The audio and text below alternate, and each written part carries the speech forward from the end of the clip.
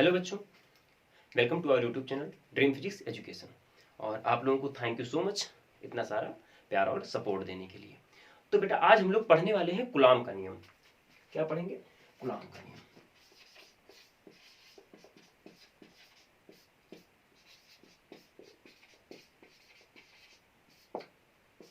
Coulomb का नियम।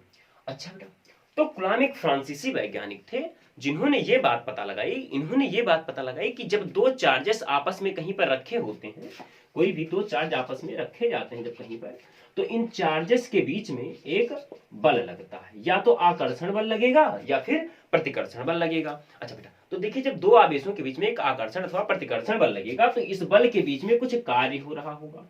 तो यहां पर जो बल लग रहा होगा, इस बल को इन्होंने बताया कि इसको हम लोग वैद्युत बल कहते हैं। कौन सा बल कहते हैं बेटा? वैद्युत बल कहते हैं। तो इसी वैद्युत बल के बारे में इन्होंने बताया। तो इन्होंने ये बात बताई, लेकिन इनकी जो डिफिनीशन है और इनके अकॉर्डिंग ये बात सत्य थी। इन्होंने बहुत अच्छी अच्छी बातें बताई, सब कुछ हम समझ लेते हैं, फिर बाद में डिफिनीशन को लिख लेंगे। ठीक है बेटा? तो इन्होंने ये बताया कि जब दो चार्जेस के बीच में, इन दोनों चार्जेस के बीच में जो वर्क हो रहा होगा, जो बल लग रहा होगा, उसको हम लोग कौन सा बल कहेंगे? वैद्युत बल कहेंगे। अच्छा बेटा, तो जब इन्होंने ये बात बताई कि इसको वैद्युत बल कहेंगे, तो उसमें इन्होंने एक बात ये भी बताई थी, ये बात बताई कि जब दोनों आवेशों के बीच में जो बल लगेगा, इनका नियम सिर्फ इसके लिए सत्य था कि दो बिंदु आवेशों के बीच लग रहा होगा। किसके किसके? दो बिंदु आवेशों के बीच लग रहा होगा। अच्छा बेटा, तो इन्होंने ये बात बताई कि जो आवेश होंगे वो कैसे रहेंगे? बिंदुवत रहेंगे, मतलब बहुत छोटे छोटे रहेंगे। अब इसका मतलब ये नहीं है कि सिर्फ मतलब पॉइंट साइज के हम लोगों को लेना है बिंदुवत, मतलब ये ऐसे, मतलब आपको जो बल लेने हैं, मतलब बहुत बड़े बड़े पिंड नहीं लेना है। ऐसा लेना है कि एक पिंड से दूसरे पिंड को जब हम देखें तो कैसे दिखे, हमें पॉइंट साइज दिखे, मतलब पॉइंट साइज का दिखना चाहिए, ऐसे पॉइंट साइज का।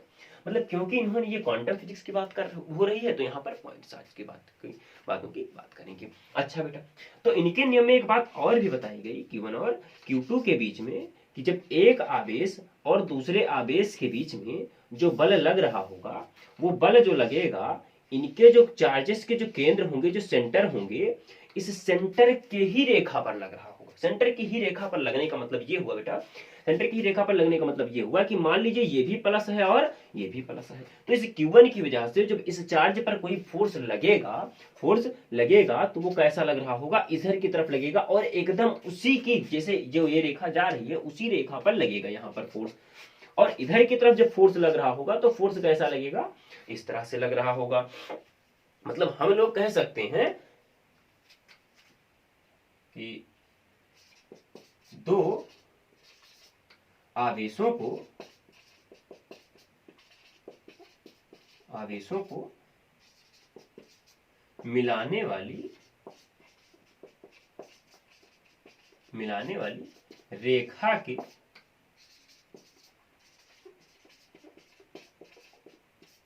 अनुदिश लगता है।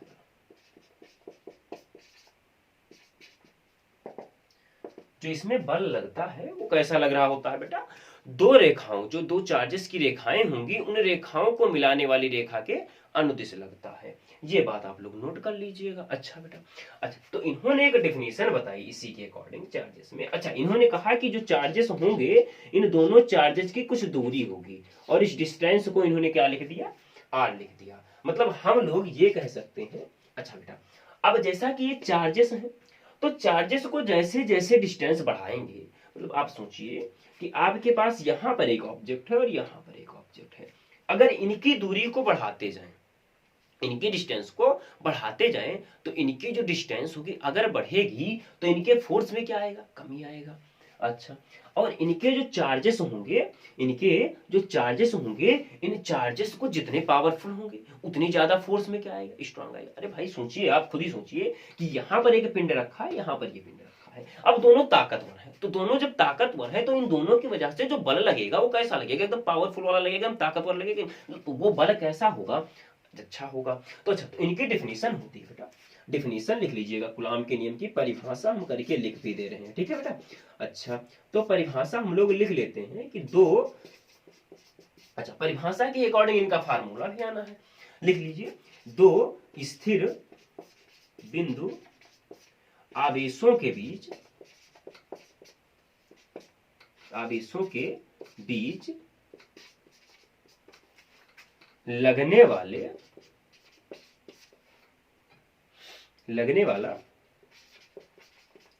अच्छा बेटा, लगने वाला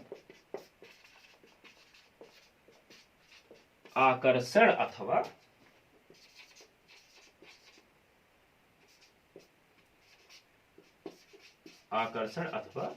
प्रतिकर्षण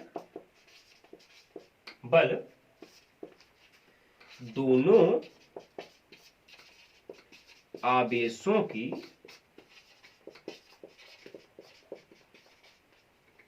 की मात्राओं के गुणनफल के अनुक्रमानुपाती होता है। मतलब जैसा कि अभी हमने आपको क्या बताया कि अगर दोनों चार्जेस मिलके ज्यादा पावरफुल है, अगर ये दोनों चार्जेस जो है ज्यादा पावरफुल है, तो अगर ये पावरफुल है तो इनके बीच में फोर्स कैसा जनरेट होगा, इनके बीच में जो फोर्स लग रहा होगा वो भी पावरफुल होगा। लेकिन आप सोचिए अगर इनके बीच की जो दूरी है तथा इनके बीच की अगर दूरी को बढ़ा दें तो फोर्स क्या होगा, जाहिर सी बात है कम हो जाएगा, क्योंकि जब दूर दूर हो जाएंगे तो जो इनके बीच में फोर्स लाइन होगी ज्यादा लंबी हो जाएगी तो फोर्स क्या होगा, कम लगने लगेगा। अच्छा बेटा, तो इनके बीच की दूरी के वर्ग के व्युत्क्रमानुपाती होता है, वर्ग के व्युत्क्रमानुपाती होता है। अच्छा बेटा, अब हम लोगों ने इनकी डिफिनीशन को समझ लिया। इनकी डिफिनीशन क्या कहती है, जो हमने बात बताई वही तो कह रही है। अगर दो आवेशों के बीच में लगने वाला जो बल होगा, अच्छा बेटा इस पॉइंट को नोट कर लीजिएगा, ये पॉइंट जरूरी है, क्योंकि ये पॉइंट अभी तो नहीं, जब हम लोग कूलॉम का वेक्टर का रूल अगले लेक्चर में जब हम समझेंगे कूलॉम का वेक्टर फॉर्म, तो कूलॉम के वेक्टर फॉर्म में जरूरी होगा इसको। अच्छा, ये क्या बताते हैं, ये बात बताते हैं कि जब दो आवेशों के बीच को मिलाने वाली जो रेखा के अनुदिश क्या लगता है, अनुदिश बल लगता है। लिख लीजिए, आपका और बढ़िया हो जाएगा कॉन्सेप्ट, अनुदिश बल लगता है। अच्छा बेटा, अनुदिश बल लगता है। अच्छा ठीक है, देखिए तो इसमें जो बल लगता है कैसे, जैसे इसी रेखा पर मान के चलिए, इस मार्कर पर समझिए, बात को समझिए, बहुत अच्छे से समझिएगा। यहां पर एक फोर्स रखा हुआ है और एक फोर्स यहां पर रखा है, तो अब इन दोनों चार्जेस के बीच में जो फोर्स जनरेट होगा वो फोर्स ऐसे नहीं लगेगा कि यहां से इधर भाग जाए, इधर भाग जाए या इधर भाग जाए, ऐसे नहीं जाना है। इसी रेखा पर जो यहां पर ऐसे रेखा जो बनेगी जैसे मार्कर है, तो इस रेखा के अनुदिश मतलब इसी दिशा पर, चाहे इधर की तरफ लगेगा चाहे अंदर की तरफ लगेगा, तो यही बात ये बताई थी कूलॉम। अच्छा, एक बात और समझिए बेटा इसमें, तो इन्होंने ये बात बताई और हमने ये बात और बता दिया आपको कि ये कैसे लगेंगे, पॉइंट साइज के लगेंगे। अच्छा बेटा, अब हम लोग इसका थोड़ा सा प्रूफ देख लेते हैं कि प्रूफ से फार्मूला क्या निकल कर आता है। इन्होंने बताया कि यदि आवेश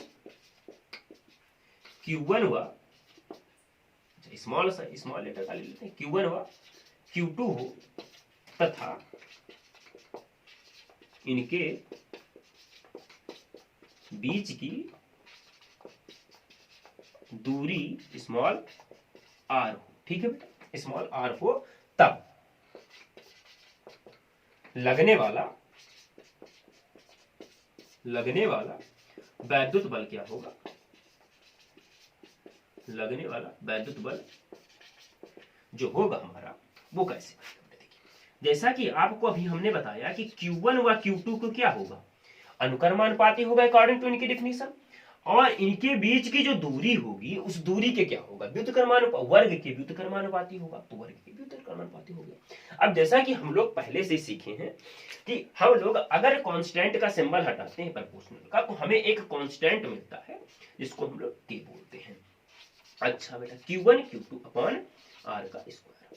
अच्छा बेटा देखिए, अच्छा एक मिनट रुक जाओ, देख लें जरा वीडियो में आ रहा है कि नहीं आ रहा है, हाँ आ रहा है बेटा।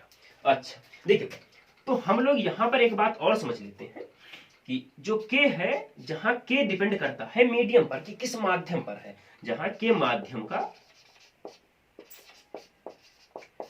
का नियतांक है। देखिए बेटा, K के बारे में हम लोग बहुत बड़ी बड़ी बातें करने वाले हैं, तब तक एक काम कीजिए, आप लोग इसको नोट कर लीजिए, फिर हम इसको मिटा देते हैं।